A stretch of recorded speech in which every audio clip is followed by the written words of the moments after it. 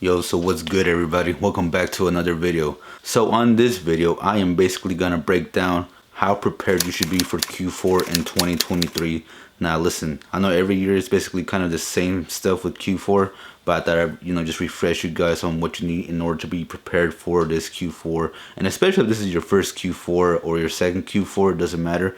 You'd be surprised how much you can learn every single Q4, no matter how many times you've done it. So without further ado guys, let's stop wasting time and get straight into the video. So the number one tip I can definitely give you when it comes to Q4 is to order your supplies ahead of time, okay? Whether it's FBA boxes, shrink wrap, poly bags, tape, bubble mailers, whatever it may be, you definitely want to order ahead of time and stock up on your supplies, because trust me man, you do not want to be last minute, especially during like November, December, barely trying to go to the store, buying some tape, buying some boxes, and you just have a ton of FBM orders you got to fulfill by tomorrow or tonight or whatever day it may be, and then you can't find those supplies because everybody else is buying up the supplies as well, okay? And so you want to definitely make sure you stock up on that.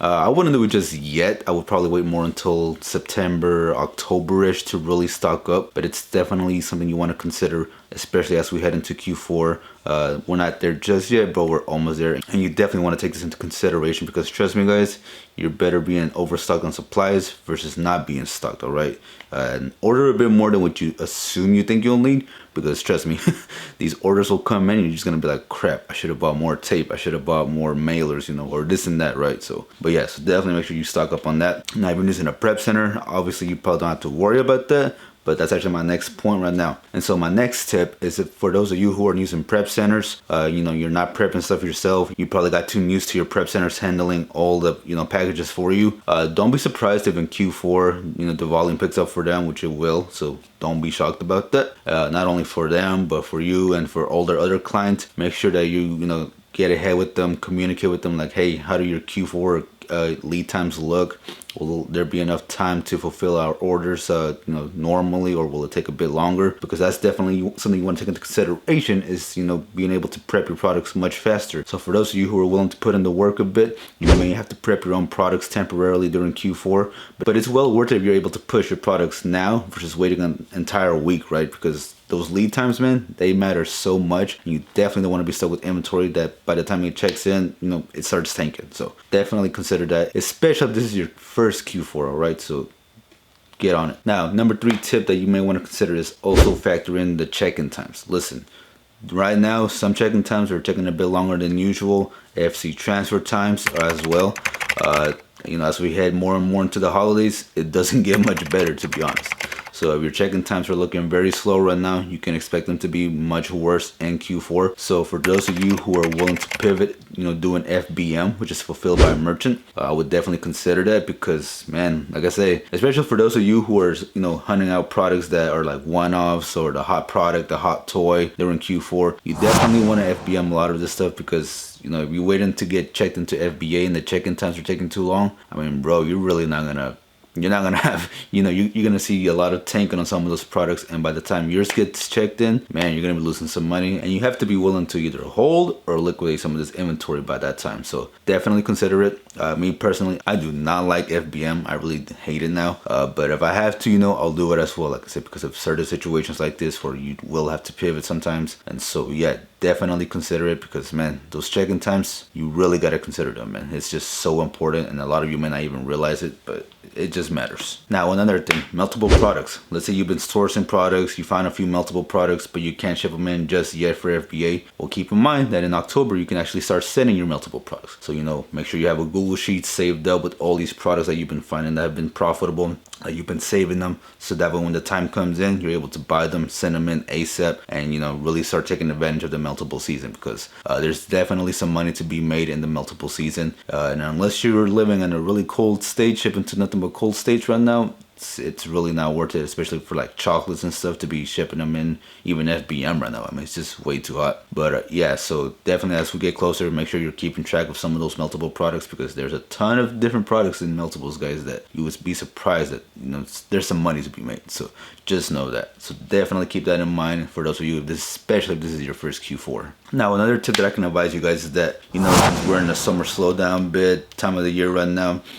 Now is a great time to basically go over your business, go over the products that have done, performed well for you in the past few months in 2023. If you have inventory labs, this is very easy to do. You could definitely go on the profitable ASIN tab on there, and it'll show you what's been making you the most money, what's lost you money, and so on and so forth. I'm not sure if other software like Sellerboard and stuff do that, which I don't think they do. But if you have inventory labs, definitely go on there and check those tabs right there, because it'll tell you so much about your business that's very important. And so if you notice that certain products are performing very well, they're making you so much money, they're making you that bag, you definitely want to consider doubling down, tripling down on those products during Q4, because in Q4 the volume picks up for a lot of your best products, so it only makes sense to double, triple down on those products, because you're just increasing the volume right there. And again, you'll be able to see what products aren't performing well. All right, you want to make sure ahead of time that you know what's not making you money, so you don't buy it anymore, right? So that you don't keep it in stock, you're not wasting inventory space in FBA, and so on and so forth. So definitely consider doing something like that. And if you don't have inventory labs, I'm pretty sure you have maybe different ways of doing it, so definitely find a way, but you should definitely be seeing what products are making you the most money. That way you can focus on those and maybe even expand to something similar of those products. All right, now since we are in a summer slowdown, that also brings up my next tip, which is keeping your bookkeeping in check, guys. I cannot stress enough to you guys how much you don't want to put your bookkeeping on hold, your books, your paperwork, until the end of the year. That's something you do not want to do. And so if you have the extra time right now, definitely get with the CPA if you don't already have one. Definitely see how your numbers are running, and definitely catch up with any expenses that you may have in your business that you may not have inputted in, like QuickBooks, Inventory Labs, Sellerboard, or anything in general, right? So keep your books in check, because trust me, you do not want to be doing your books in December, November, when it's just really hectic during those times. And not even in January too, because January can be pretty heavy as well. So definitely, keep your books in check right now. Get organized, get your receipts organized, get your invoices organized, or whatever you need in your business, and just tackle it now. Because trust me, guys, you do not want to spend any time, fixing something that you should have done already, that you should be doing anyways, especially in Q4. All right, so get those books on check, because trust me, man, you will hate yourself so much when you have to catch up to a whole year's worth of just paperwork. Like, bro, just please don't do it. All right, it's not worth the headaches, man. Now, my last tip that I can bring up is definitely capital. And a lot of you, especially if this is your Q4, you may not have to worry too much about this just yet, unless you're doing really good numbers. Then if you're doing really good numbers, then this does apply to you. But if you're just starting out, or you're thinking of starting out in Q4, I definitely would hold off on this. But bringing up capital, the topic of capital, a lot of you may not think you may need more capital for Q4, but you'll realize that you will spend your money way much faster in Q4, and then next thing you know, your credit cards are maxed out, you have no more capital, your Amazon payouts are taking too long, you can't get enough, and so being able to have access to capital ahead of time is very crucial for Q4. So this can mean either lines of credit, business loans, credit cards, Amazon loans, loans from your parents, grandparents, whoever it may be. You want to make sure that you have some form of access to more capital for Q4, okay? Because trust me, guys, you do not want to be last minute trying to scourge for more money. And even if you manage to get more money, you're going to wish you had more money. So it just never ends, right? But that's just the truth, man, because in Q4, man, you can just really go spending heavy on inventory and really churning through your cash flow, man. Like, it's crazy. So like for me, example, I have a 130K loan from Amazon that they're trying to offer me. Now, currently, I don't want to take it right now because, I don't want to get too much deep into loans like that. But as we get closer to Q4, I may consider it, or wait until they refinance it and see what other offers they offer me.